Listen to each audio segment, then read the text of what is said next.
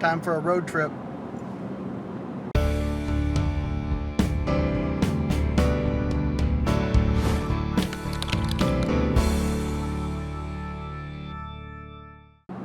I'm heading up Interstate 75 this morning. Got about an hour trip ahead of me, heading to Covington, Kentucky, which is just south of Cincinnati, Ohio. And that's where the Woodworking in America show is going to be held this weekend. And I thought I'd take you along for a visit. Probably going to get up there between 9 and 10, somewhere in there. And plan to attend the marketplace, but I probably won't do any of the classes. I don't think I'm going to have time, and I can't come back tomorrow. So if I get a chance to meet any of you there, that would be great. If not, I plan on trying to video as much as I can, and I'll bring back the show to you.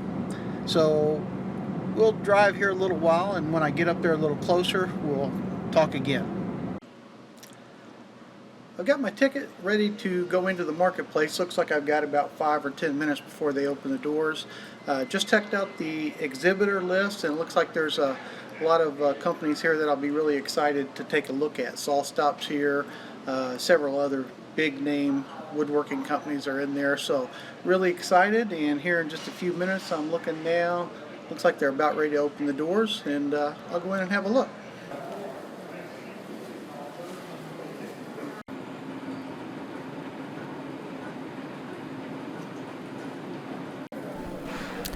This is the marketplace at the show.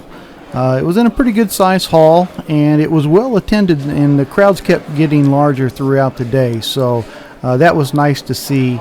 There were a lot of hand tool makers at the show, and not quite as many of the power tool companies were there. SawStop was there, a few others, but a lot of hand tools. This is just a small marketer who was selling used hand tools. A lot of really nice stuff here that was fun to look at.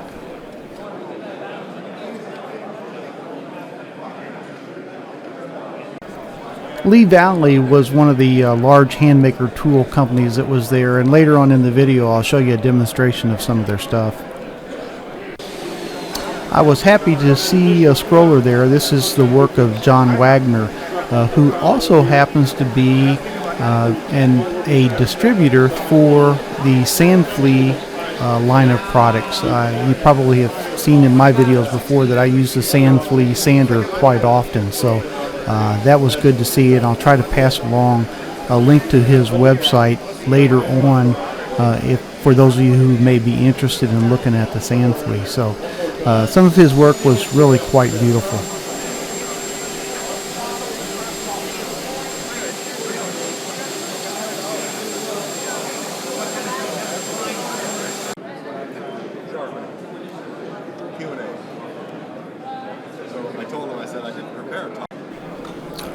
The Veritas and Lee Nielsen line of hand planes are really spectacular to pick up and hold. The quality of the tools are just incredible. I should have maybe cut a little bit thicker, but that's okay. I'm going to be cutting every bit as straight, every bit as accurate as before. Now here's the really cool part. When I stop, if you listen to my cut, it's very quiet.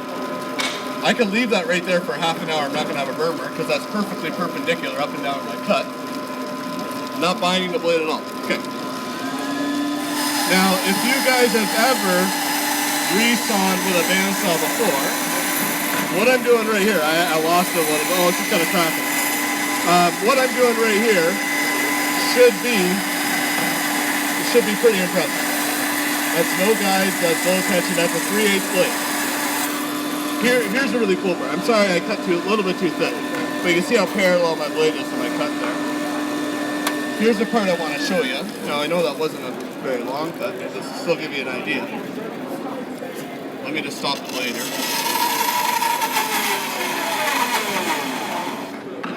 I want you guys to do me a favor. It's really simple. Just feel how hot the blade is. Feel the temperature of the blade.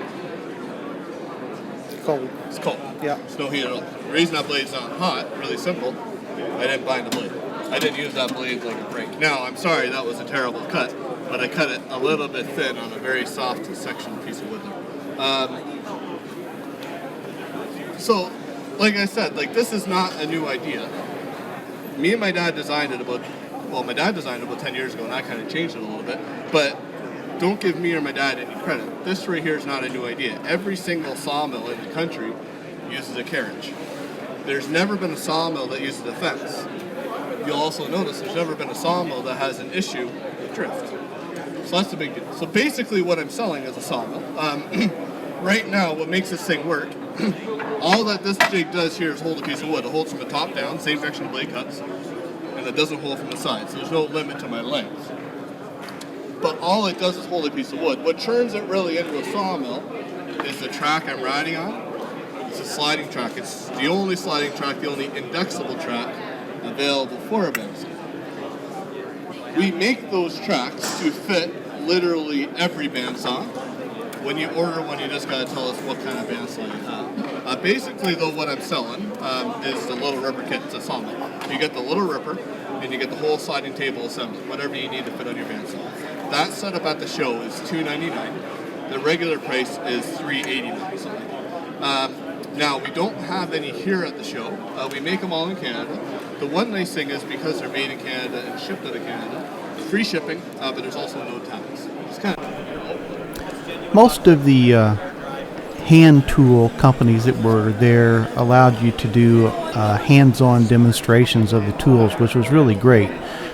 Picking up the tools and feeling the quality of them is really helpful to let you decide what you would be interested in buying. Also, the marketplace was spaced out really nice. You never felt overcrowded. There was always plenty of room in front of the booths to watch the demonstrations, so that was really nice. The aisles were nice and wide. So all in all, it was a really nice setup.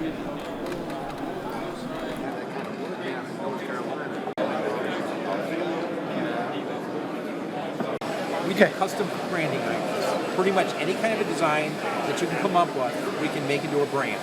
Okay? Whether it's a signature, a special design, or your particular mark that you want to put on your work. Okay? I'm a graphic designer. I can pretty much come up with anything that you can describe. If you say you want a duck or dog or something like that on your brand, you can do that. Put your name on there, whatever you'd like. What format do you need it in? I like EPS or AI, which is a graphic format. Okay. If all you work in was Photoshop, CorelDRAW? I can export it. CorelDRAW is beautiful. Yeah. It's that's a graphic program which will do EPS and AI. Right. If you do Photoshop, a JPEG is just fine. Okay. Okay, can you take me from the low end to the high end? Okay. These are our stock designs right here. We have 12 stock designs in our catalog. These are basic designs that you just say, I want this design, and my name goes in there. There's no choice of anything beyond flame or electric and the name that you put in there. Okay. All right. This is an electric. It's $125 plus $15 for shipping. This is $55 plus $15 for shipping. Okay. Up from there, we have custom. This is a custom electric brand. Up to 3 square inches is $165. That includes everything. $15 for shipping. It'll be $180 to your door. And that's totally custom. Up to what size again? 3 square inches. 3 square inches, So that's okay. length times height equals 3. Okay. As an example, this is 3 square inches. Okay. Whereas 3 by 3 is 9 square inches. Right. Yeah. A lot of people don't understand that. Yeah, I got you. Flame brand, up to 3 square inches. It's going to be $85 plus $15 for shipping. And how do you recommend heating that? Something small like this, a torch is good. Okay. If you get beyond, say, 4 square inches, propane burner would be about where you'd want to be, like something you for turkey deep frying or like crab oil. Those are great burners. And how long does it take for the electric ones to heat up? Probably about 15 minutes. 15 minutes. There's a lot of mass inside of this that needs to be heated up. But once it's done, heated, it'll stay hot for an hour or 2. Okay. And I noticed on this one right here, you can get some very fine detail. The lines are very fine. This is for food and leather. If you notice, the depth is quite a bit. It's 0.20 inches. Okay. So that wouldn't work well on wood. It does. It works great. However, it's very expensive.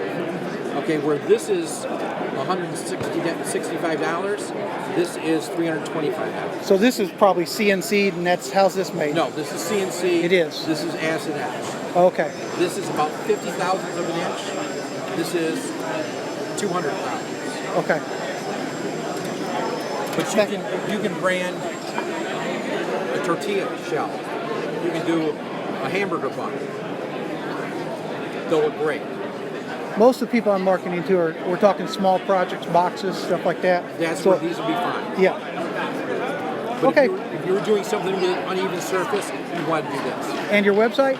It is brandingirons.biz, B-I-Z. Okay. Thanks, Terry. Appreciate it.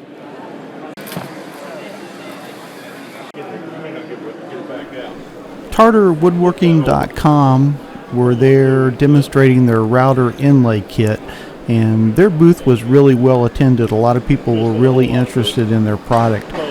They sold custom templates for several different designs, including letter sets, flowers, all kinds of different templates. So that was pretty neat, and they did a good job at their booth. Don't worry about making a mess. Put it right back and clean this up anyway. And you're going to take some of that extra glue, put it right on the back of the piece. And this glue is actually going to act like a lubricant and help you put that piece in position. Alright.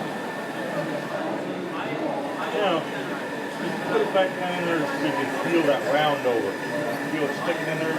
On a long skinny piece like this, I like to push on the tips first, see if they'll go in. If they don't go in, don't worry about it. As long as you've got that in that round over position, it's going to go right in for it. So just grab the block of wood and a dead blow hammer. Just going to tap that lightly. You get that started down into the pot. Once you've got it started, then we can just drive it all the way down and force that glue out from underneath of it.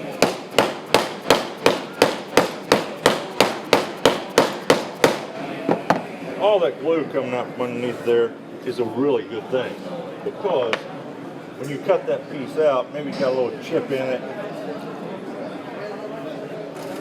it's going to leave a little crack there or something. Well, we don't want that to ever show up in our finished work, so take a piece of sandpaper, go right over the top of it, create a little bit of dust right there on the surface. Push that up all around the piece.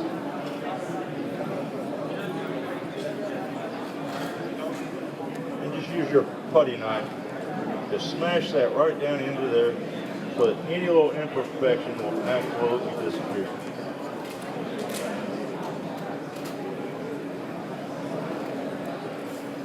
And that's really all there is to it.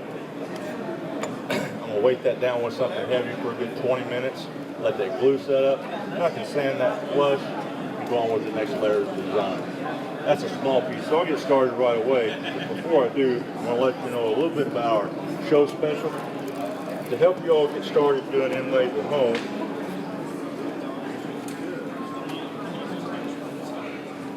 we've got a starter kit put together here for you. It comes with a white side inlay kit. It's got an 1/8 inch down cut bit in there, as well as a centering pin to help you get centered into your router perfectly. Also get a roll of clear double-sided tape, 2 inches wide, 60 yards long, which will last for a really, really long time. And you get the positioning plates, so you've got that corner to work into with each and every layer. You get all that in the starter kit for $69.50. Then just pick out whatever artwork up here that you want to put into your own projects at home. The corresponding MLS kit for that. The prices are all marked on the board. We've got some show specials, so please ask if you're interested. Feel free to come on in, take a look around. If you have any questions, glad to answer them for you. Either me or Larry D. Thanks a lot for stopping us. Appreciate it. Interesting. What is the cost of this? Your router?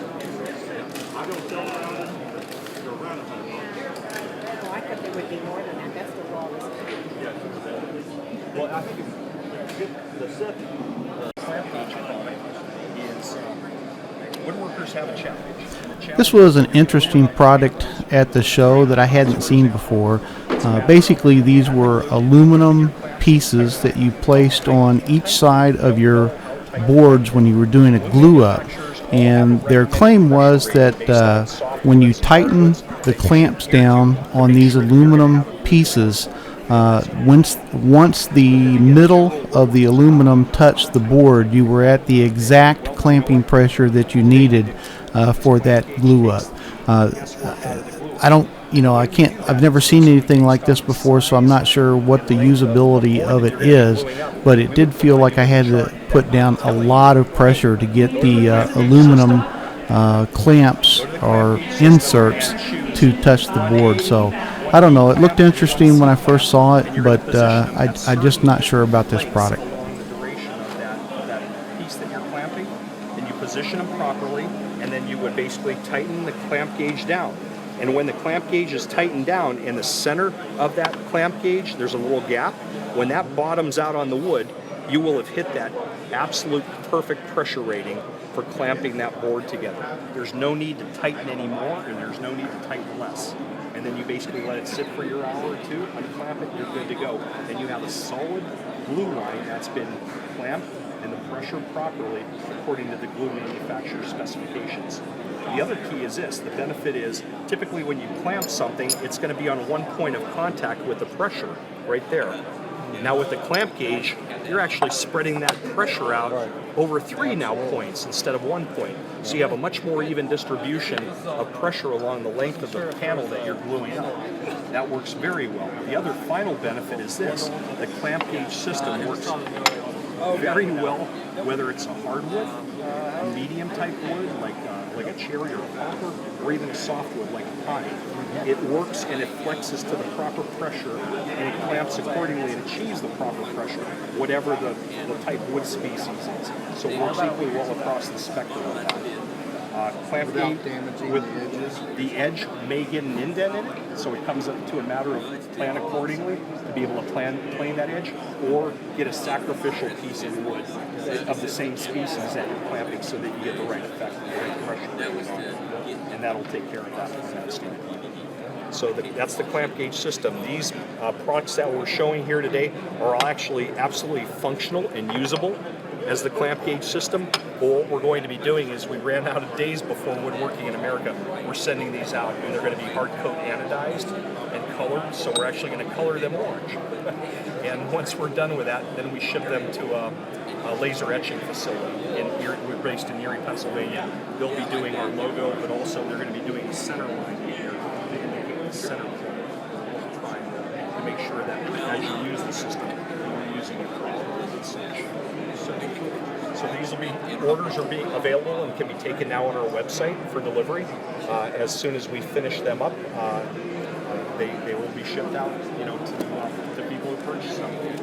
I mentioned I'll be doing a shop talk pitch at a much deeper dive tomorrow morning at 10:30 if you're available. If so, I'd love to have you guys take a look at this. It was nice to finally meet Chris in person. He's the inventor of the Scrollnado and Drillnado. You can find him on Twitter by searching the term Drillnado, DRILLNADO. These are really cool products. I've demonstrated the Scrollnado, and he's going to give us a quick demonstration here. The drill bit and drill chuck, and it picks up every bit of dust and debris. It'll work without brad points, Forstner bits, sanding drums, plug cutters. It's out of your way, so you get a good view, and it picks up all that dust and debris.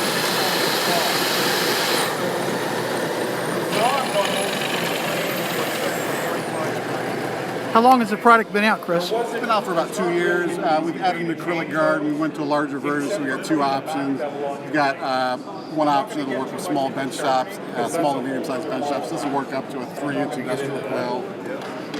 And when you want to change the fit, this housing just pops off, giving you access to a drill bit and drill chuck. If you're using a longer bit, you expand that to the length of your bit.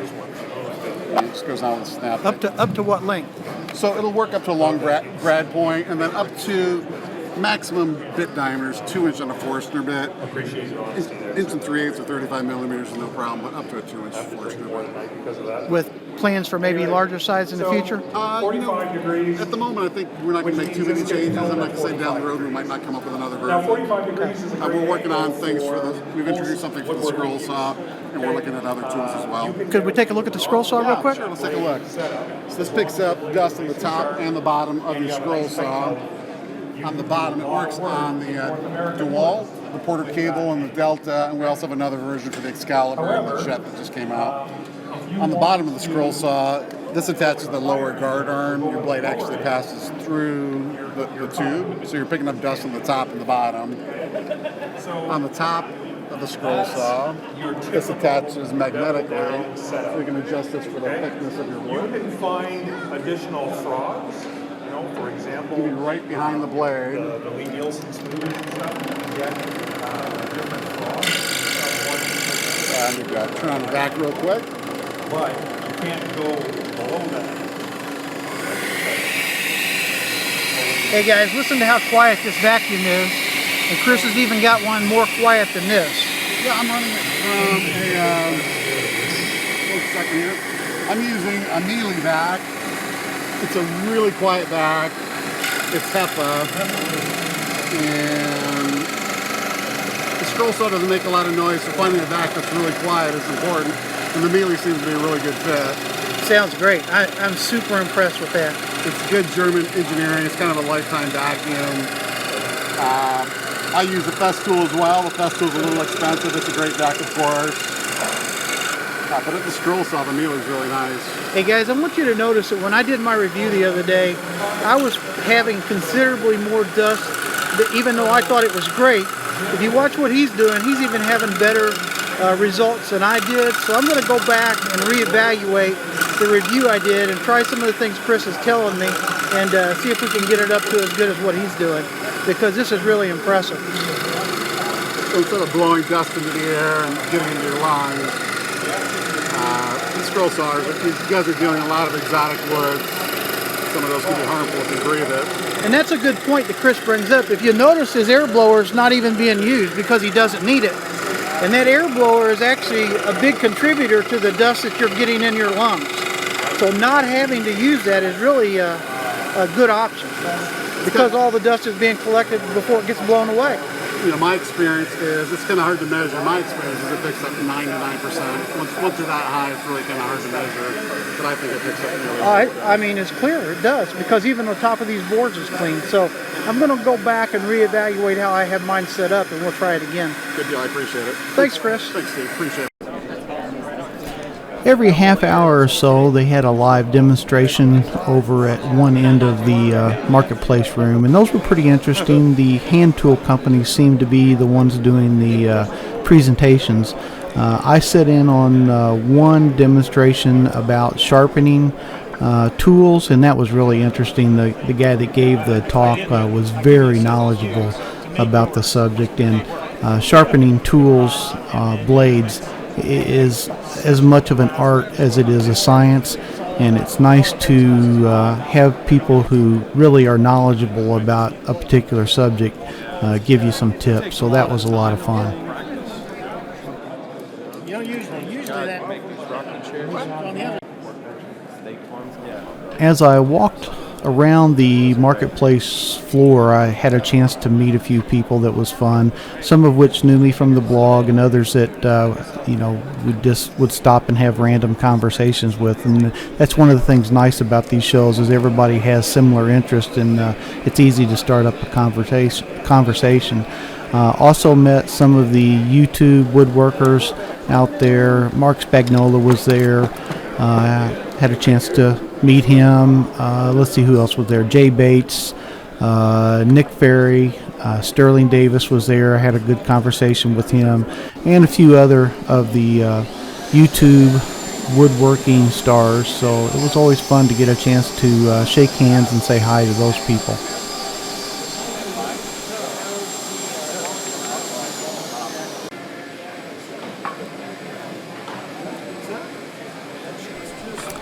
This gentleman in the Lee Nielsen booth did an absolute wonderful job of demonstrating all their hand planes and tools. I was so interested in his demonstration that I didn't get the best parts of it in the video. So here you're going to see him cut a tenon with a saw that's actually not sold by Lee Nielsen, but he goes on to show the hand planes that he uses to smooth out the tenon when he finishes. The better part of this demonstration was before this, when he showed several of their hand planes and what their purposes and uses are. So it was a great demo. This guy gave everybody a lot of hands-on touches with the tools, and in general just did a great job.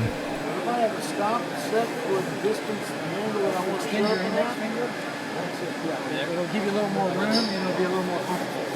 So right now you're just trying to bring it down to that baseline. Do exactly what this does.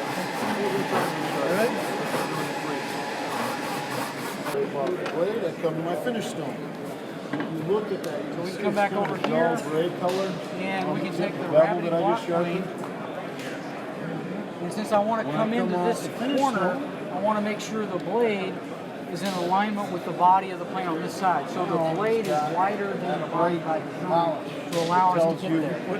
So I'm going to loosen this knob, and with my left thumb, see the swarf, push that in a little bit where I can feel for. If you don't see color coming up as you work, you're not pushing down on it.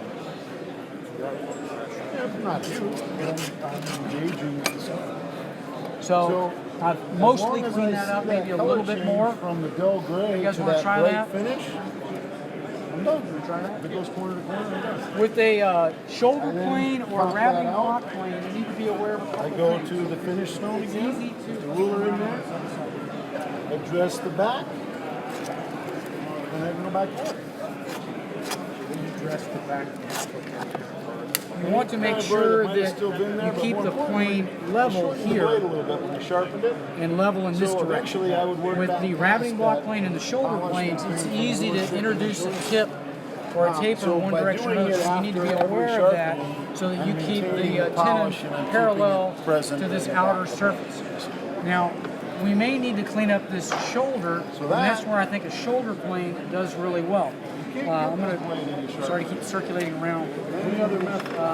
This is the large shoulder plane, and if I want to move into that corner, I can lay the plane down on the side, loosen this knob, and push down so that the blade is in alignment on that side. Same idea I did with this tool. So I can hold this plane with one hand, my fingers, my thumb locks in right there, and then I'll come in. Because this grit from the stone will get in between the diamonds and wear the substrate, and the diamonds just shed off. So I can do really the same operation there. If I want to come into this shoulder, if I want to do it while it's on the shooting board, I'll need to shift the blade over to the other side. So I'll lay it down and move the blade over so I can come into this shoulder. Diamonds, it won't be as aggressive. Clean up that shoulder. I want to get it right along that fence, so I've got to stop. So I can clean this up and get a tighter fit in the joinery. Same thing here. I want to make sure that I'm keeping this really square and not introduce a slope, because then I'll mess up that tenon. That's all I use it for. Another option, and I'll let you guys play with this here in a second. I've got to grab the screwdriver over there. Excuse me one second.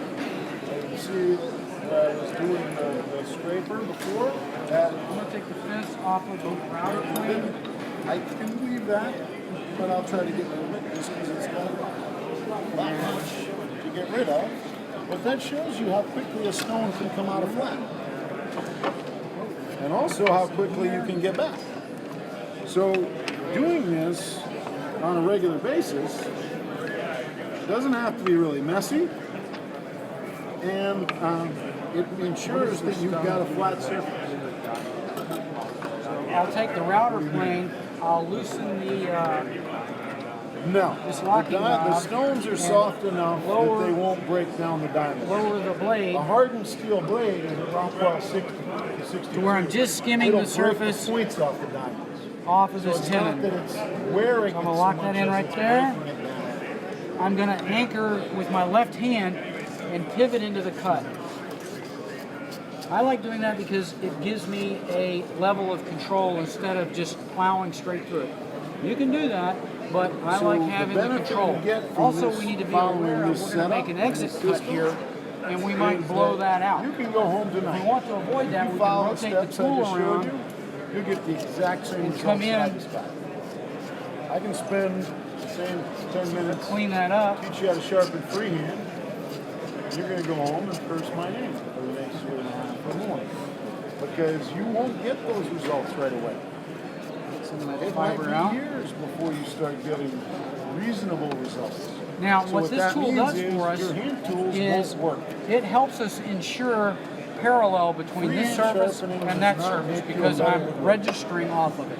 Sharp So it tools takes that make you a better human woodworker. error kind of This out is of a the way equation. to guarantee that So this gives you anybody a in level this of accuracy room that's easier to can achieve. get the same exact Now, results if I that wanted I can to get. take care of the tenon down here, and that were the deepest offset I wanted from the base to the tenon, I could take this little stop collar, let that go to the bottom, lock it down, All of our stuff, and then when I pull the blade up to work on the next tenon, once it bottoms out on the stop, then I've got just about all of our an equal plane irons, all offset of our here. chisels.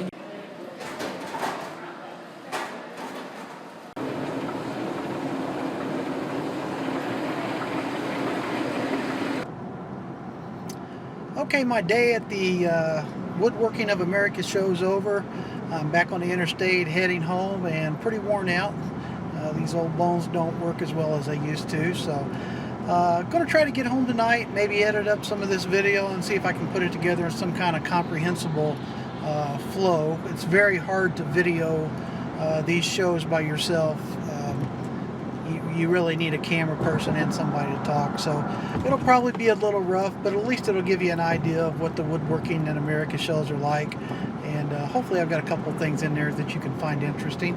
I did see one resaw sled that I really liked for my bandsaw, and I probably will order that sometime soon. It's a little bit expensive. It's like $300 for the model I wanted, but it makes resawing thin boards easier than the way I do it now. And as you all know from being scroll sawers, it's nice to have the ability to have, you know, thin lumber on hand. So to take rough lumber and to turn it into thin lumber is a little bit of a challenge for me. It's a lot of work when I do it, and I think this sled's going to make it a little easier. If I get a chance, I'll show you that later on. Also, I got the chance to meet Chris from drillnado.com. You all, if you've been following my videos, you know I did a review of the Scrollnado, the dust extraction system for the DeWalt and the Delta scroll saws, and I had a really good time talking to Chris. He gave me some tips on maybe some of the things I didn't do real well when I put mine together, so I want to go back and take a look at that. Also, I picked up a couple of dust collectors from him, or vacuums, whatever you want to call them, and they're very quiet. One of the things I had mentioned in the video that I have a hard time using dust extraction on the scroll saw simply because of the noise. And one of these vacuums that he gave me is unbelievably quiet, but it's fairly expensive. The other one is, I would say, pretty darn good, much better than a shop vac, and it is well within reasonable price for most of the scroll sawers out there. So I'm anxious to get those home, hook them up with one of the machines that's got the Scrollnado on it, and I probably will go ahead and try to connect it up to the foot switch also, like I talked about in the last video, and see if maybe I can start using dust collection. I've always shied away from it, like I said, simply because of the noise, so I think this is going to be real helpful. I spent a little time at the Nielsen booth, and that was a lot of fun. I've always wanted to have some nicer hand tools, and of course the Nielsen planes are top of the line, and I was lucky enough to have one of the Nielsen workers do a little demo for me on a couple of the planes that I had been looking at, interested in, and they are beautiful, beautiful pieces of equipment. Probably more expensive than I need to spend on a plane, no more than I do, but it's just nice to pick up and feel a high quality tool in your hands and feel the difference between it and something that I would normally have in my shop right now, which is, you know, Harbor Freight Harbor Freight block plane or something like that that stays sharp for about one cut and then it's over. So that was a lot of fun. Saw a lot of interesting things. Picked up some thin boards from a company that does router inlay kits, and they sell, must be about 8-inch by 5 or 6-inch wide boards that they sell to their customers for inlay work, which was really interesting. But obviously those boards would come in great for scroll sawing. They only sell 1/4 inch and 1/8 inch thick boards, but you know, that's still pretty good, and their prices were pretty reasonable, and they do have a website. I bought some, going to take that home, and we'll check out the website and see what their shipping and all that stuff is, and might be just one more source for thin boards. What else did we come across? Met some of the people at the show. Got a chance to say hello to Mark Spagnola, who, you know, I've enjoyed his videos online for years. Matter of fact, he's probably the person most influential into getting me into starting a YouTube channel. Met Sterling Davis. Who else? Jay Bates was there. After 800 yards, keep left. So met a lot of the YouTube video makers. That was a lot of fun. Matt Carolla was there. Let's see. I don't know. Keep left. I've lost track. But anyway, sorry about my GPS there. I don't even really need it. I know where I'm going. Don't know why I have it on.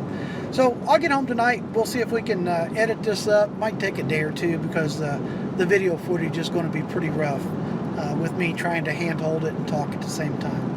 So heading home, going to get some rest, and we'll talk to you guys later.